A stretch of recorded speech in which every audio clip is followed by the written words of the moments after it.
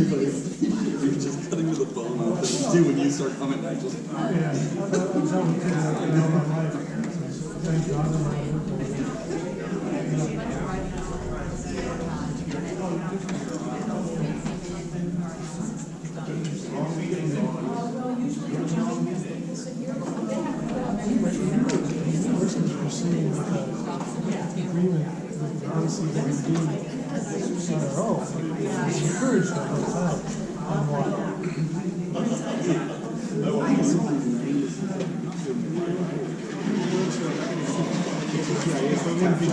So, we're going to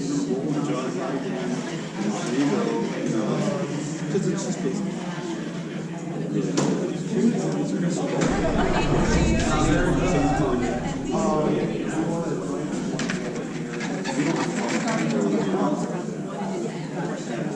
I mean, you condition it appropriately.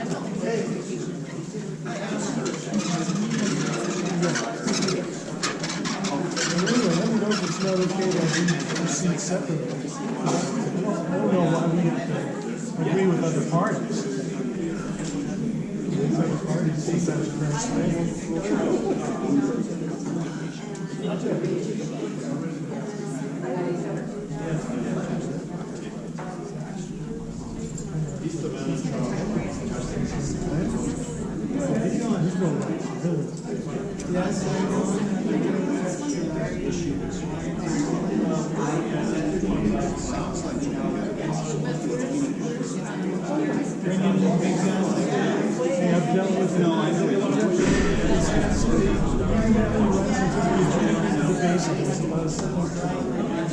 great California water law is very complicated. I get it.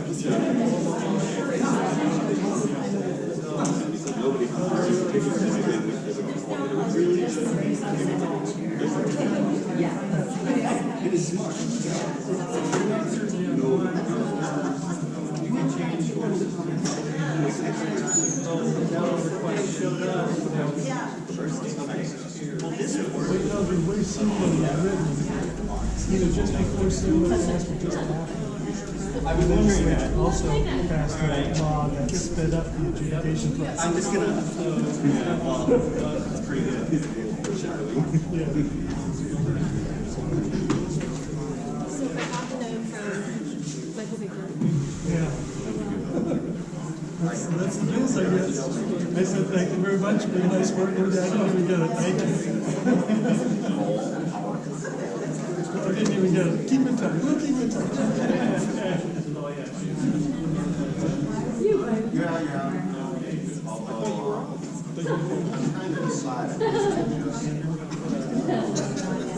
So I did call and tell Fred.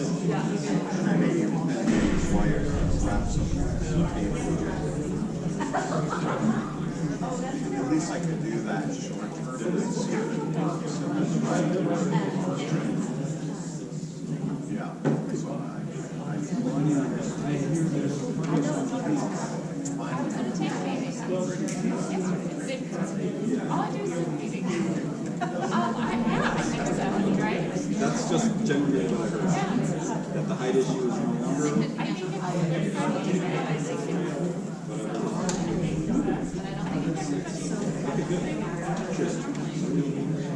There's just some access issues that need to be figured out.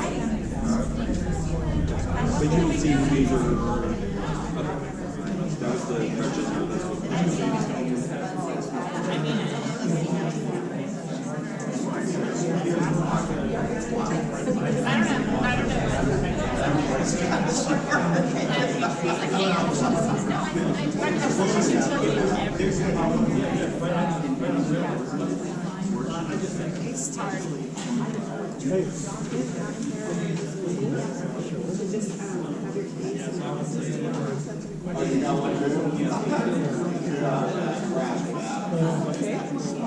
I think he's going to be here too, so you might want to grab him too.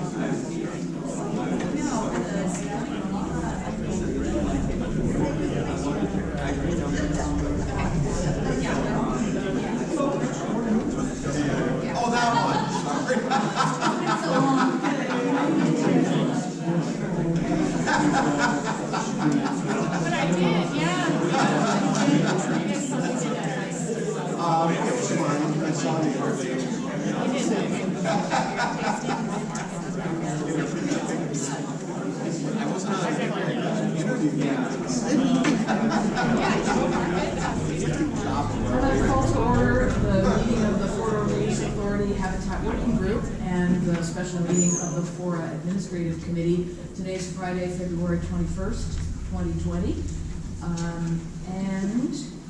Let's see, I've called the meeting to order. All right, we're moving right along. Is there any member of the public who would like to comment on items not on today's agenda?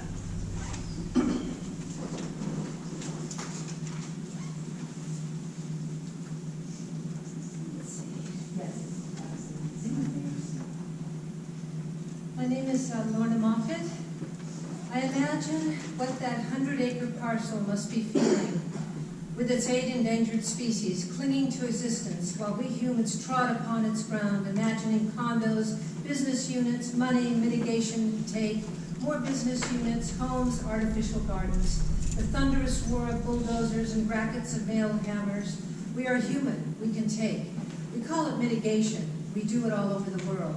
We cannot help ourselves. We are driven.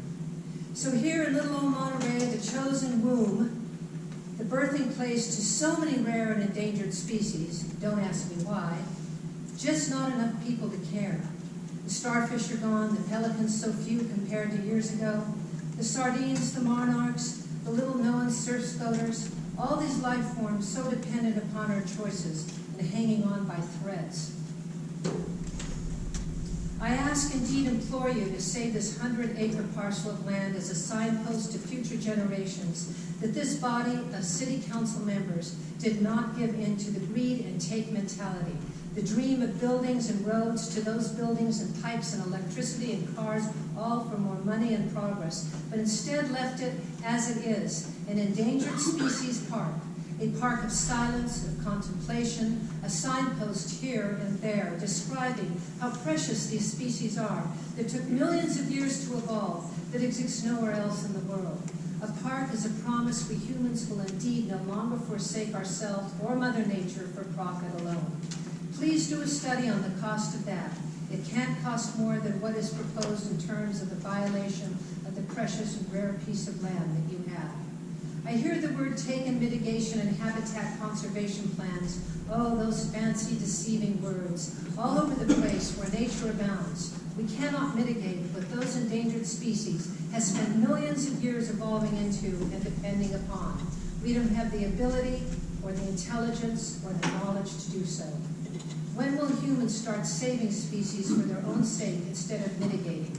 So here's a vision for you. A sign that welcomes visitors to the Endangered Species Park, dedicated by the Monterey City Council in 2020, who chose to leave this 100 acres as a symbol of the beginning of a new era, an era where money is made for the sheer interest for what it possesses, endangered species found nowhere else on Earth. The biggest moneymaker industry in the world, and here particularly in our America, is parks and national forests. They are only bankrupt because Congress takes too much of the money they earn.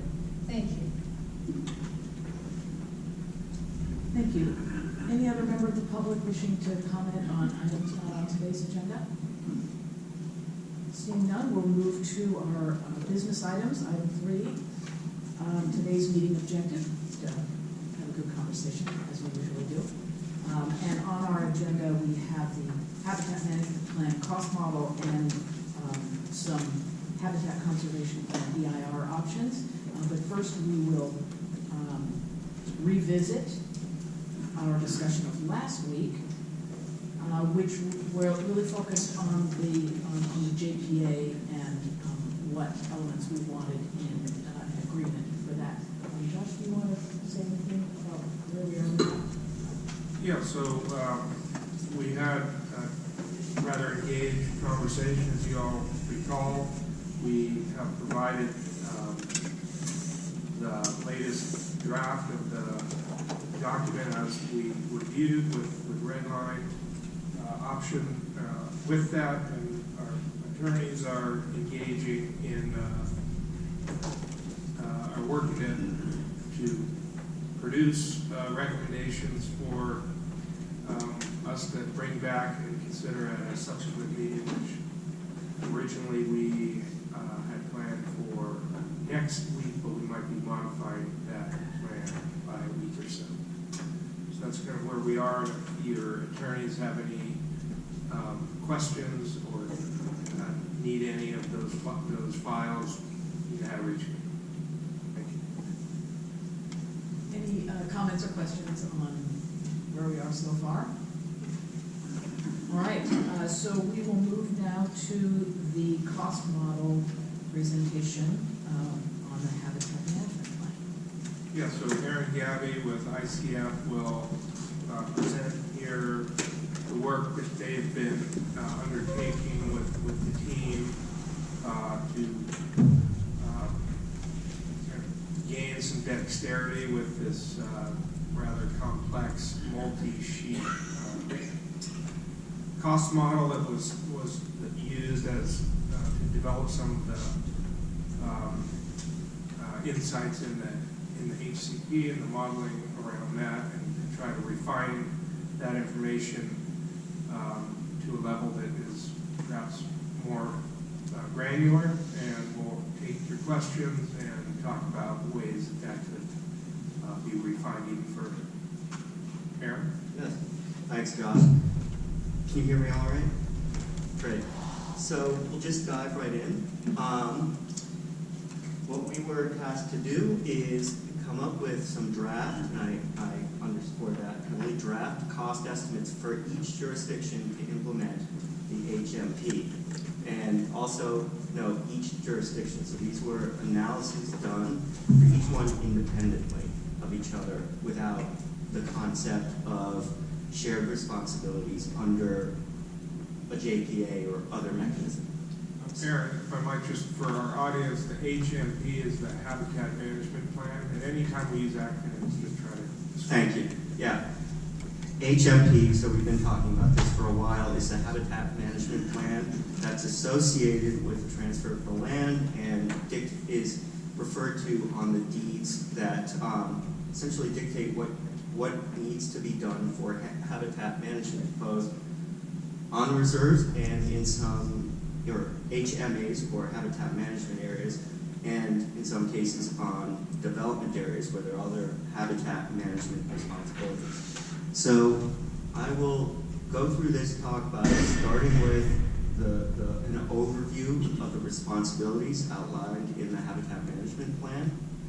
I will provide another overview of the methods and assumptions we use to estimate the costs under an HMP for each jurisdiction. And then I'll go through some of these results and by jurisdiction and wrap up with our takeaways from the findings. So here's our acronyms. The primary responsibilities are outlined in the next couple of slides. And the first one is critical. It's critical to remember for this talk. Develop resource management plans, RMPs, for the habitat management areas, the HMAs. That is actually part of the HCP as well.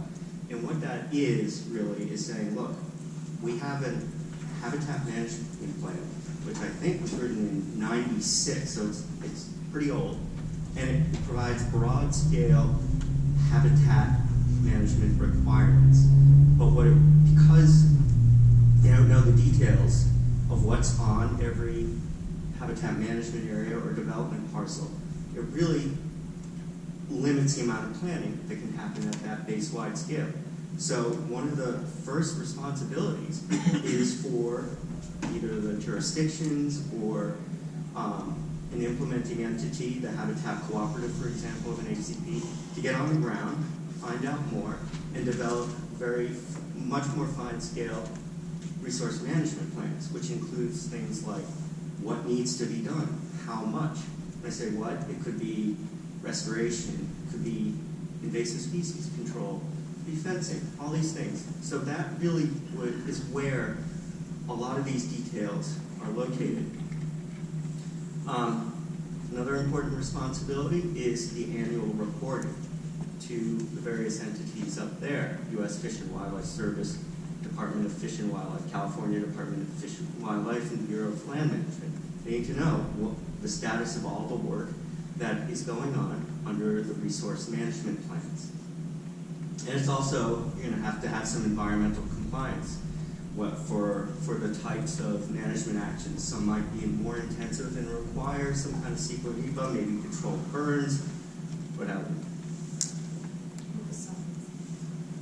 Excuse me? That last one, the first two were self-explanatory. The last one, environmental compliance, who decides? The response you get from the state, federal, BLM? Oh, I'm it would be the local jurisdiction. It could be for CEQA or NEPA if there's a controlled burn and you're proposing a controlled burn, for example. Oh, okay. So if there's some action you're taking, you need to comply. Thank you. Yeah. Didn't understand. Sure thing. Yeah, please feel free to ask me questions if you're going along.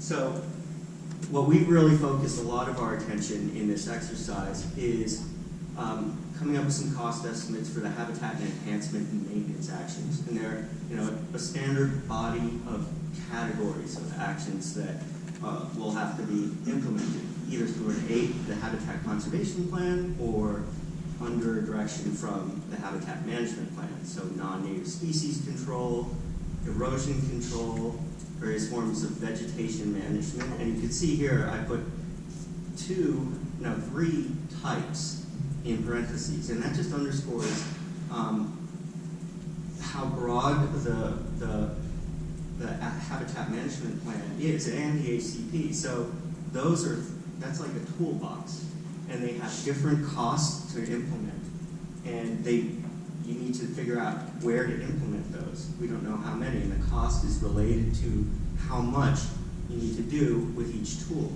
And so at this level, there's just a presentation of a toolbox. So would each land parcel deed indicate which of these need to be done for that particular area?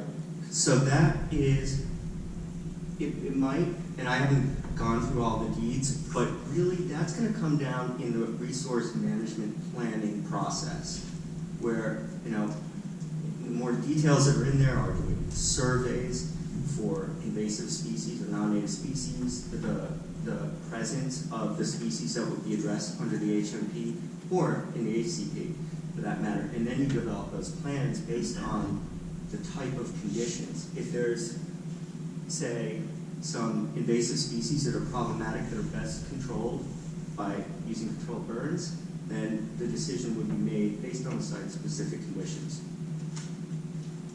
So road and trail maintenance and security and access control.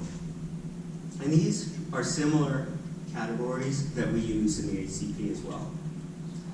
So I can't underscore this enough because this really affects our ability to come up with a cost estimate that, you know, maybe folks really want to see an accurate cost estimate. So there are limits. We don't know, as I was alluding to, how much, and actually what will be done, because the HMP in a lot of ways is, again, broad directives and offers toolboxes. It's 20 years old. The tools have changed or evolved, and certainly the conditions on the ground have changed too. So we did our best to come up with cost estimates with these constraints.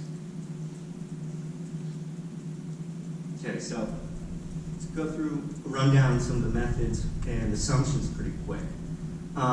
So we used the HCP cost model as sort of our basis for extrapolating costs of these types of habitat management actions that we just talked about, responsibilities, and also the administrative responsibilities that come along with it. The reason we did that is because it takes a lot of work to develop that cost model. It's extremely detailed line items and extraordinary amount of assumptions. I'll skip ahead because for the last couple of months, it's the first time I really became familiar with our HCP cost model, and it's amazing, 50+ linked worksheets in Excel file.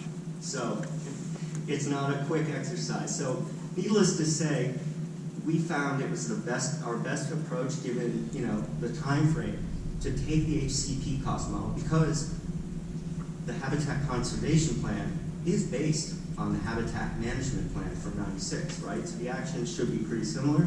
So we assume that the cost framework should be pretty similar, and use the HCP cost model as a framework and extract costs as best as we could for the assumptions we made for that Habitat Management Plan. The way we also, of course, had to pare it down for what we assumed wouldn't be necessary under a Habitat Management Plan, right? A non-regulatory management plan that doesn't come with incidental take permits. It's not addressing mitigation. So we're able to do that. But again, the HMP is really based, the HCP, Conservation Plan, is really based on the HMP. So there's an extraordinary amount of similarities across the two. Over the last few years, based on guidance from the U.S. Fish and Wildlife Solicitor, we had to add additional mitigation measures to the Habitat Conservation Plan for certain species like California tiger salamander. If we continue forward with the HCP, CDFW has indicated in their comments to us that they might require something more too. We don't know. So essentially we're able to eliminate just a handful of these HCP specific tasks. So restoration for East Garrison Pond, for the CTS's California tiger salamander. There's also some, because the Habitat Conservation Plan is part of a permit, essentially a contract, right? There are financial guarantees that must be provided by the cooperative in the jurisdictions assigned these to the take agreement, so that's the contingency fund. So we made the assumption for the non-regulatory habitat management plan that those costs would not be included. We also reduced some of the costs for certain HCP tasks that we think would require less effort, maybe because there's less corresponding requirements. So monitoring and adaptive management, if there's a lot of requirements for compliance with the terms of the incidental take permits and an implementing agreement. And so an HCP, the Habitat Conservation Plan, requires monitoring to make sure those terms are, or the jurisdictions and the cooperative are in compliance. And also there's probably a little more rigorous monitoring to just determine that the